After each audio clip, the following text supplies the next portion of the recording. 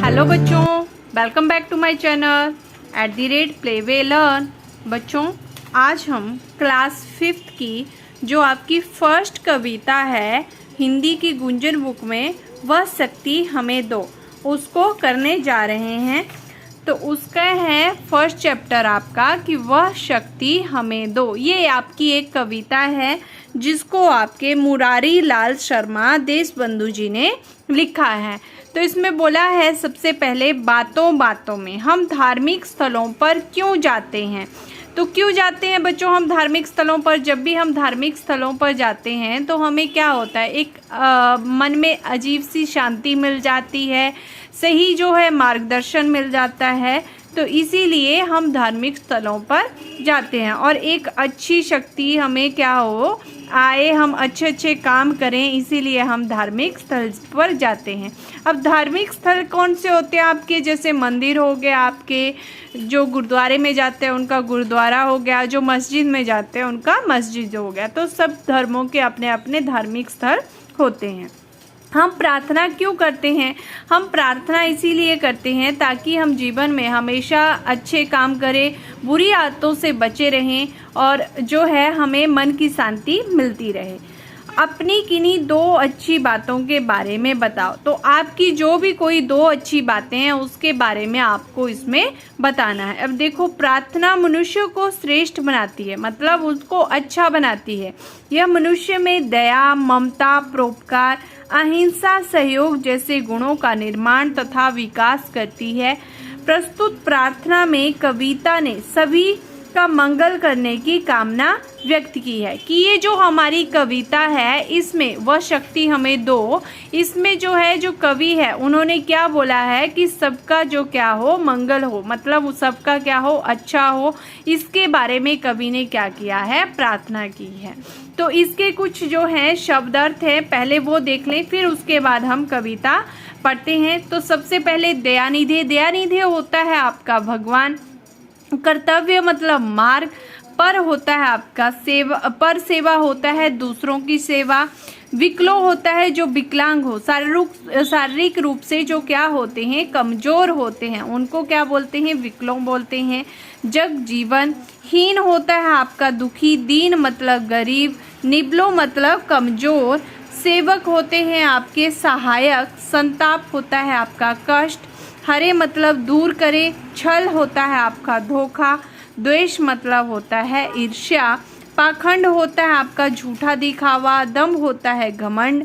निष्दिन होता है रात और दिन। सूची। निष्दिन जो है 2 शब्दों के बना है, निशी प्लस दिन, ठीक है, और इसका अर्थ होता है रात और दिन। सूची होता है आपका पवित्र। निज होता है आपका अपना। आन बान होता है आपका गौरव। अभिमान होता है आपका प्रतिष्ठा या मर्यादा। तो ये थे कुछ आपके शब्द अर्थ जो आपकी कविता में जब हम पढ़ेंगे तो उसमें आपके इम्पोर्टेंट होंगे, आपके काम आएंगे। अब देखते हैं, शुरू करते हैं अपनी कविता कि वह शक्ति हमें दो दयानिधि, कर्तव्य मार्ग पर डट जाएं, पर सेवा पर उपकार में हम जग जीवन सफल बना जाएं। कि हे दयानिधे, हे भगवान। दयानिधे मतलब बताया था पहले ही शब्द जब हमने शब्दार्थ किए कि दयानिधे का मतलब होता है आपका भगवान।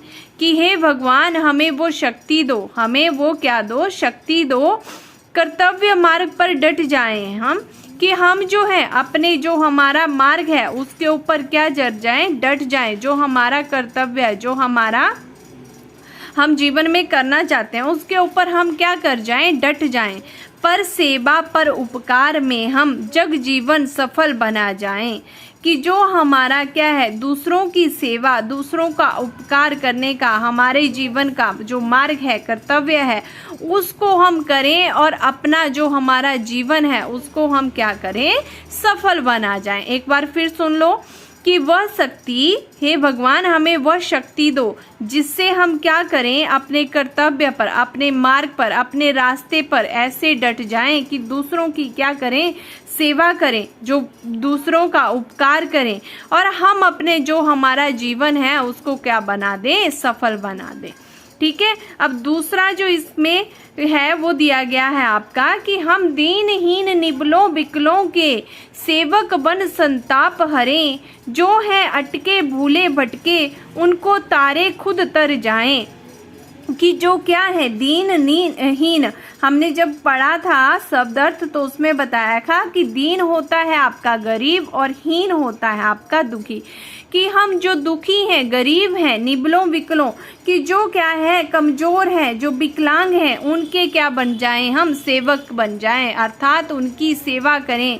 बन संताप हरें, संताप होता है उनके दुख हरें, कष्ट हरें, कि उनके हम सारे कष्ट हरें। जो अटके हैं, भटके भूले भटके हैं, जो अटक गए हैं और अपना मार्ग जो है भटक गए हैं, उनको तारे खुद तर जाएं। तो उनको अच्छी राह दिखाएं, उनको अच्छा रास्ता दिखाएं, उनको उनके रास्ते पर चलना दिखाएं और खुद भी क्या हो जाएं, उनको उनका रास्ता दिखाते दिखाते हम भी क्या हो जाएं, तर जाएं। एक बार फिर से सुन लो कि हम दीनहीन निबलों बिकलों के, कि जो दीनहीन मतलब जो गरीब हैं, दुखी हैं, शारीरिक रूप से कमजोर हैं या विकलांग हैं, उनके हम क्या बन जाएं, सेवक बन जाएं। मतलब उनकी हम सेवा करें, उनके जीवन में जो भी दुख हैं, कष्ट हैं, उनको हम हर लें। जो अटके भूले भटके हैं, जो अटक गए हैं, जो भूले भटक गए हैं अपने मार्ग को, उन जिनको अपनी दिशा नहीं दिख रही है, उनको तारें, उनको हम क्या करें, तार दें और खुद भी क्या हो जाएं, तर जाएं। छल दंभ द्वेष पाखंड झूठ अन्याय से निशिदिन दूर रहें, जीवन हो शुद्ध सरल अपना सूची प्रेम शुद्धा रस वर्षाएं।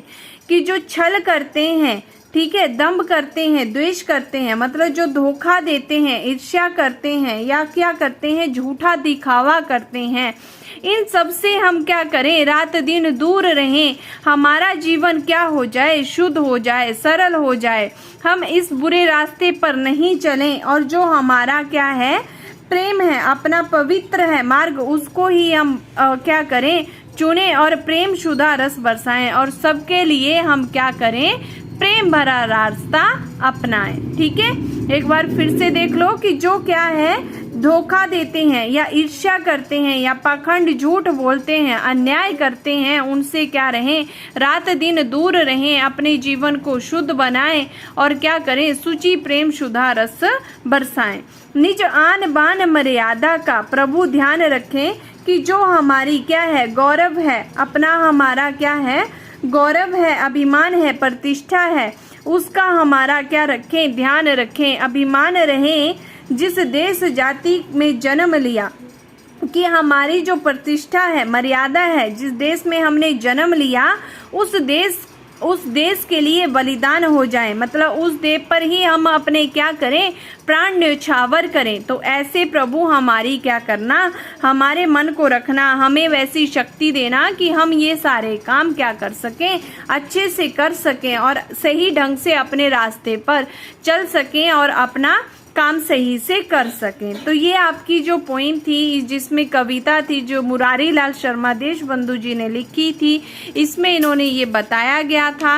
अब इसमें कुछ क्वेश्चन है आपके मौखिक की कवि शक्ति क्यों मांग रहे हैं। तो कवि शक्ति किस लिए मांग रहे थे, कवि शक्ति मांग रहे थे कर्तव्य के मार्ग पर चलने के लिए, अर्थात लोगों की जो सेवा है वो करने के लिए वो क्या मांग रहे थे, शक्ति मांग रहे थे। अगर आपने लिखना चाहे, वैसे तो ये मौखिक प्रश्न है, लिखना चाहो तो आप लिख सकते हैं कि कवि शक्ति की मांग कर्तव्य के मार्ग पर चलने के लिए और लोगों की सेवा के लिए कर रहे थे। अब नेक्स्ट क्वेश्चन है, कवि किनके संताप हरने की बातें कर रहे हैं।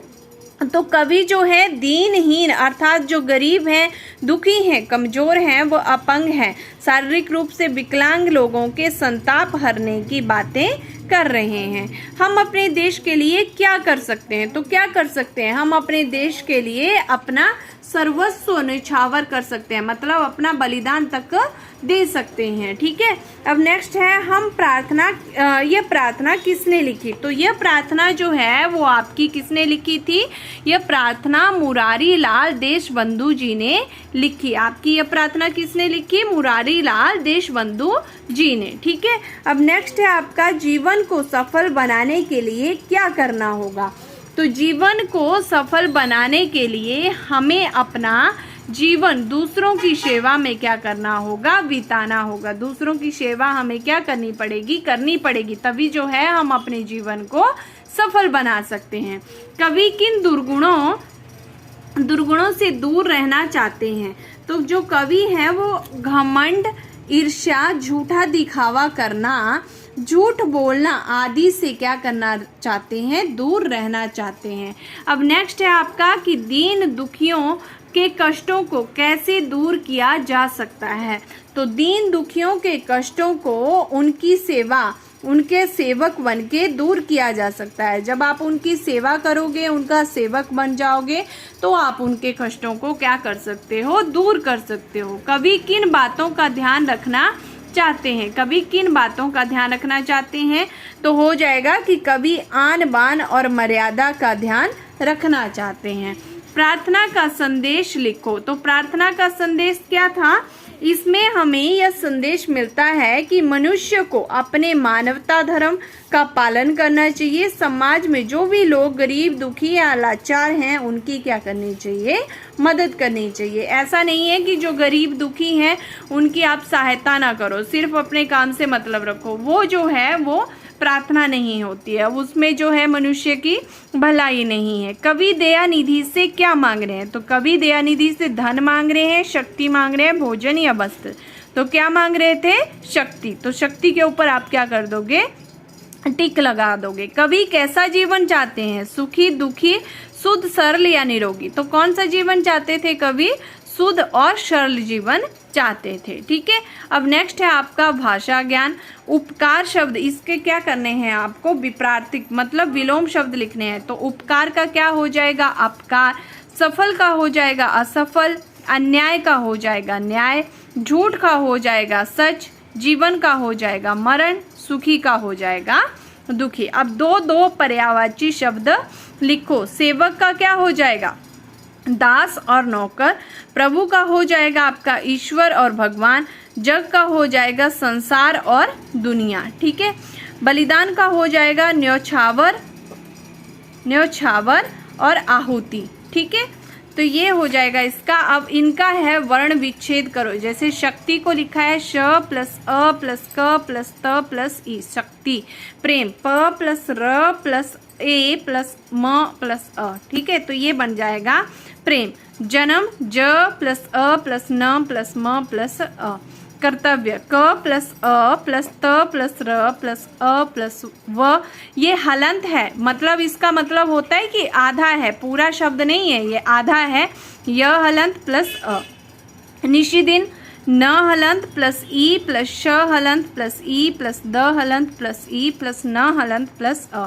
जो भी आपके व्यंजन होते हैं वो आधे होते हैं, इसीलिए इनके साथ क्या लगा है, हलंत लगा है। बलिदान ब हलंत प्लस अ। और जो स्वर होते हैं वो पूर्ण होते हैं अपने आप में, इसीलिए ये पूरे हैं।